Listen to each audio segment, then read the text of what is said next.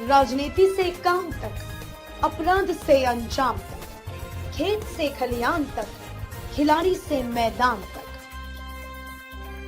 सितारों से आसमान तक, पल पल बदलती देश और दुनिया की हर खबर पीएन न्यूज लाइव पर। पीएन न्यूज लाइव, आपकी आवाज। भारतीय भाषा आंदोलन उत्तर प्रदेश वीरांगना न्यायागृह यात्रा निकाली गई।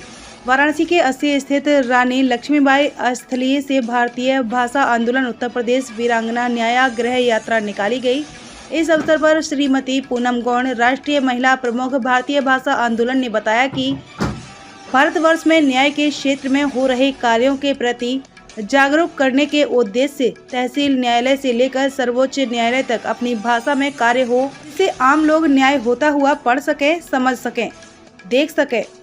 महिलाओं द्वारा आयोजित एक यात्रा अमृत महोत्सव के उपलक्ष्य में की जा रही है। इसमें सर्वोच्च न्यायालय के अधिवक्ता से लेकर समाज से जुड़े हुए सन्यासी, समाज कार्यकर्ता, समाज के प्रबुद्ध व्यक्ति एवं गांव की जनता इस यात्रा में शामिल हो रहे हैं। यह यात्रा काशी, अयोध्या, सुल्तानपुर, प्रयागराज, बिठूर, झांसी से ग्वालियर तक 14 जून 2022 से 18 जून 2022 तक निकाली गई, जिसमें अरुण भारद्वाज, राष्ट्रीय अध्यक्ष आशीष राय, कार्यकारी अध्यक्ष देवेंद्र मणि त्रिपाठी, ज्ञानेश कुमार सिंह, श्रवण कुमार, भारी संख्या में महिलाएं शामिल रहीं।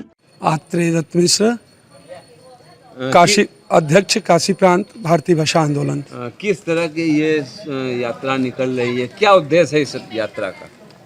भारत की स्वतंत्रता से लेकर के आज तक जिस तरह से 370 अभिशाप था भारत पर, ठीक उसी तरह से अनुच्छेद 348 भारत के संविधान में इस भारत के आम नागरिकों के लिए सबसे बड़ा अभिशाप है। क्योंकि जब भारत का संविधान बनाया गया था तो डॉक्टर भीमराव अंबेडकर जी ने लिखा था कि 15 वर्षों के बाद सर्वोच्च न्यायालय में उच्च न्यायालय की भाषा केंद्र सरकार बिल पास करके यहाँ की लोकल भाषा का उपयोग करेगी। लेकिन दुर्भाग्य है कि 75वें वर्ष के बावजूद आज तक वह बिल न पास किया गया, न भारत के आम नागरिक को यह अधिकार दिया गया कि एक गरीब जन हिंदी मीडियम स्कूल में इंटर में पास करके और वह सुप्रीम कोर्ट तक प्रैक्टिस कर सके।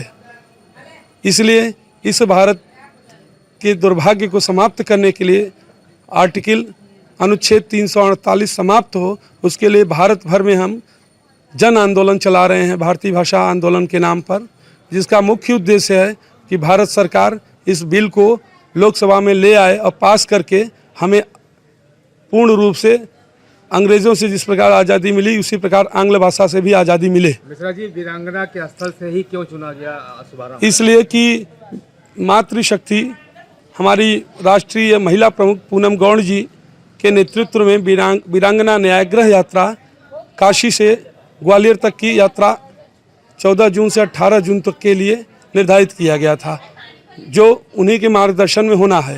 हमारे राष्ट्रीय अध्यक्ष माननीय अरुण भारद्वाज जी एवं उनके पूरी टीम के साथ में हम लोग आज से यह यात्रा प्रारंभ कर रहे हैं। राजा तालाब, Vindhyachal, district bar association, Mirzapur और फिर नगर विधायक माननीय पंडित रत्नाकर मिश्र द्वारा विंध्याचल में सम्मानित किया जाएगा।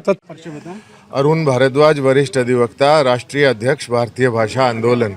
यहाँ पे किस तरह की पदयात्रा निकालने जा रहे हैं? भारतीय भाषा आंदोलन की महिला इकाई द्वारा वीरांगना न्यायागृह यात्रा निकाली जा रही है, जो 14 जून से लेकर 18 जून 2022 से रहेगी, काशी से ग्वालियर तक रहेगी। और इसका मुख्य मुद्दा है कि जनता को न्याय जनता की भाषा में मिले। बात की जाए तो जिस तरह से यात्रा 18 तारीख को झांसी की रानी के समाधि स्थल पर यह समाप्त होगी।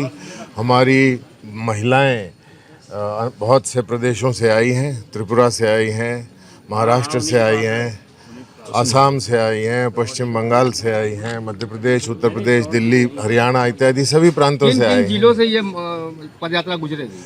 ये लगभग 17 जिलों से ये पदयात्रा गुजरेगी, जिसमें काशी में हम हैं, फिर प्रयागराज है, सुल्तानपुर है, अभी बीच में एक मिर्ज़ापुर होते हुए जाएंगे। तो इस प्रकार से हर एक दिन लगभग 2 या 3 जिले में से ये यात्रा गुजरेगी।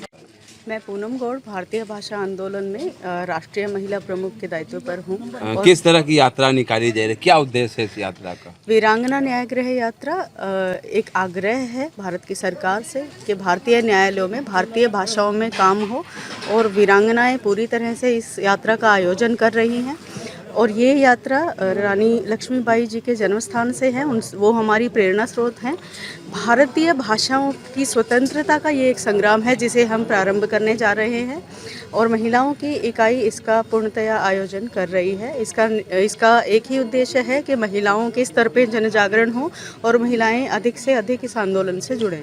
इस यात्रा में कितने लोग शामिल हो सकते हैं? इस यात्रा में लगभग 250 महिलाएं रहेंगी पूरे भारत से, जिसमें से लगभग 100 आ चुकी हैं विभिन्न राज्यों से, और लगभग 100 का आना आगे। मैम, बात की जाए तो ग्वालियर नहीं, वहाँ पे भी एक आम जनता के साथ एक जनसभा बड़े स्वरूप में आयोजित की जाएगी। 18 जून को उनका रानी लक्ष्मीबाई का बलिदान दिवस है, और उनके शहीदी स्थल पे ही ये सभा आयोजित की जाएगी। जन्म स्थली का जो रख रखाव कर रहे हैं, वहाँ एक समिति है, समिति प्रमुख इसमें रहने वाले हैं, और हमारी यात्रा का स्वागत भी वे करने वाले हैं। इसके अलावा कुछ न्यायमूर्तियों से भी बात हुआ है, लेकिन अभी उनका पूर्ण सूचना नहीं आई है, तो आपको नाम नहीं बता पा रहे हैं। कुछ जो वहाँ के स्थानीय राजनेता हैं वो रहेंगे।